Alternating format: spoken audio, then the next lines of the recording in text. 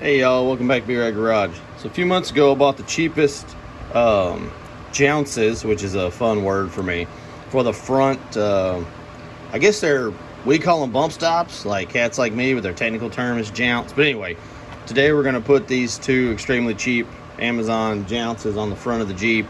And I'm out here trying to figure out how to flex the suspension where I can maybe squeeze these through, because I don't want to take off the coil spring and all that. So we're gonna see what we can find out here in the old driveway edition. They don't look like much, but I believe they go in like this, and then this hits the bottom, or they might go in like this, because truthfully I don't know.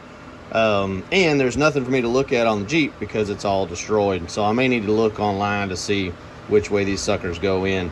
They're just decimated out there. I'll show y'all when we get out there. So the reason for this slightly jankety setup is, the only reason I use this 2x4 is because it fits inside the cup here.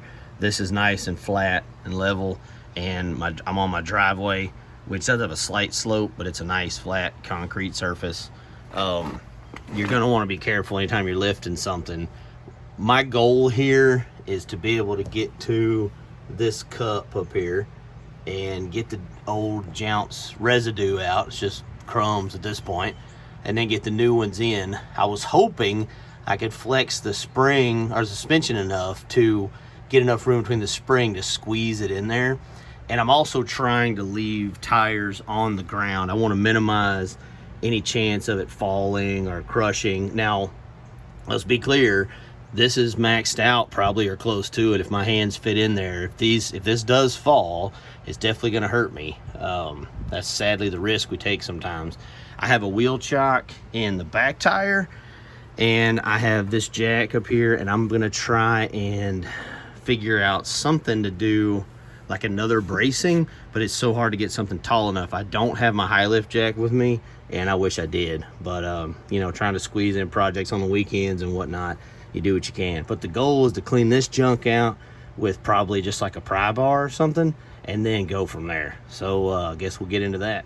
All right, y'all, this may not be the best angle, but I know y'all didn't want to stare at my head the whole time, or my arms or whatever. So I've got an assortment of my my just cheap Harbor Freight pry bars, kind of hoping I can just get up in here and kind of dig some of this junk out, and then I can show y'all just how junky it really is. Oh, y'all probably can't see that, dude. It is just, holy moly. Hold on, I gotta move the camera. Y'all hang on, I'm gonna move y'all. You see that stuff? Just like dust. Oh, that's a weird angle. Sorry, y'all. Put y'all back best we can. Yeah, should get it. So yeah, so not gonna be a lot of effort on digging this out. Just gonna make sure I get it as clean as possible. Go over here and see.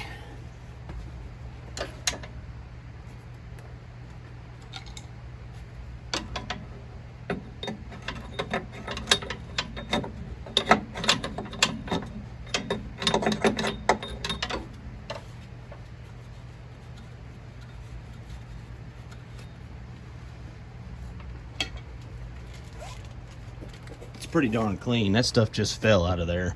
So we're gonna take one of these, and there is like a locator. There's a impression in the top of the shock here.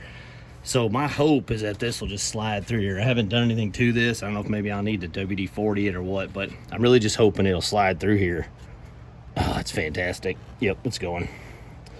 All right, so one thing I think is worth mentioning is this is a completely stock suspension Jeep TJ Rubicon. So I've done nothing to this suspension wise, tire wise, stock tire size, all that. So if y'all are out there running different stuff, you might have to get this thing up in the air for real, get the coil off, which, man, I just really didn't want to do that. So everything feels stable. I've been, you know, shaking the Jeep a little bit, messing with everything. Feels good. This is not a terribly hardcore amount of pressure or anything I'm putting on here. So see if I can use one of my pry bars to kind of locate this a little better and see if we can't force it in there, and also try to keep my hands out of the equation as much as possible.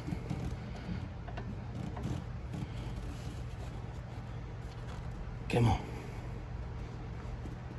Get in there, you little rascal. Ooh, ooh.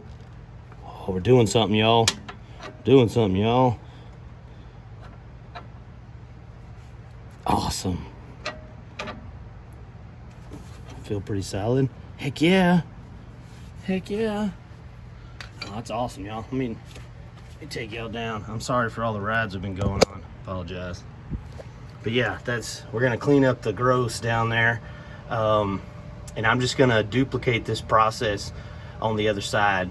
I don't know if I'm gonna take y'all on the ride for that or not. That may be overkill, just seeing the other side. We may cut to when we're done with both, but all in all, y'all, that went pretty darn smooth. I'm happy about that.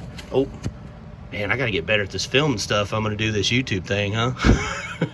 Appreciate y'all taking these rides with me. Gonna cut right here for now, and then think about what if we're gonna do the other side or just show y'all the finished product.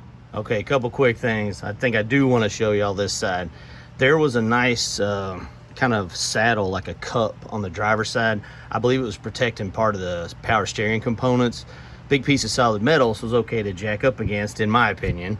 But we do not have that on the passenger side. So I do not have near the amount of flex. I don't want to like add blocks or do anything that makes the truck shaky at all.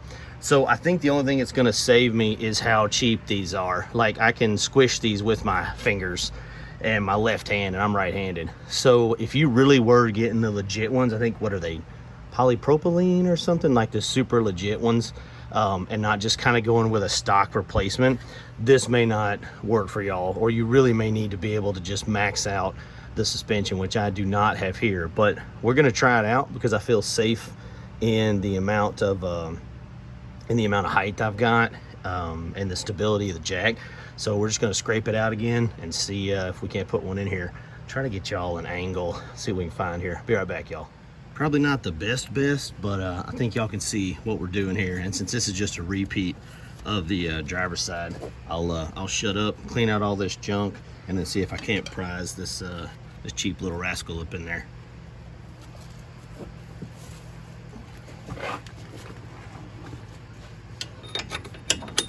Oh, wow.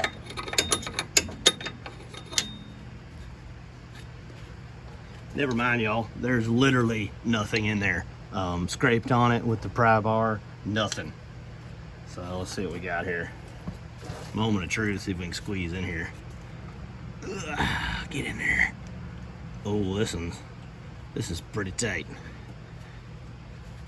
Yeah, y'all, this is not happening with the legit ones that are more expensive. This little foam kind of stuff you can kind of manhandle in here, but I don't think that would be the case with the harder materials that work better. All right, let's get kind of set in here. I think I used the smaller one last time, yeah. And then we just kind of upward pressure, and I'm kind of guiding it with my hand. Like, there's like a little locator, like a button maybe. Oh, sweet, it went just right there. Now, the one thing I can't show y'all is taking them out. I don't know if you can poke a hole in them and drag them down like if you were upgrading instead of just replacing disintegrated nothingness like me. But yeah, that's definitely a driveway job, y'all. Y'all can do this for sure. Again, totally stock vehicle with stock replacement stuff, so some other things might need to happen, but for me, this was pretty good. I had planned on more of a job, so ain't it like that though? You plan on it going forever and it takes 5 minutes. You plan on 5 minutes, it takes 3 days. But anyway, as always, y'all, really appreciate it. Gonna head back in and get all my tools and stuff put up. Thanks for watching, y'all. Get out there and make it be rad.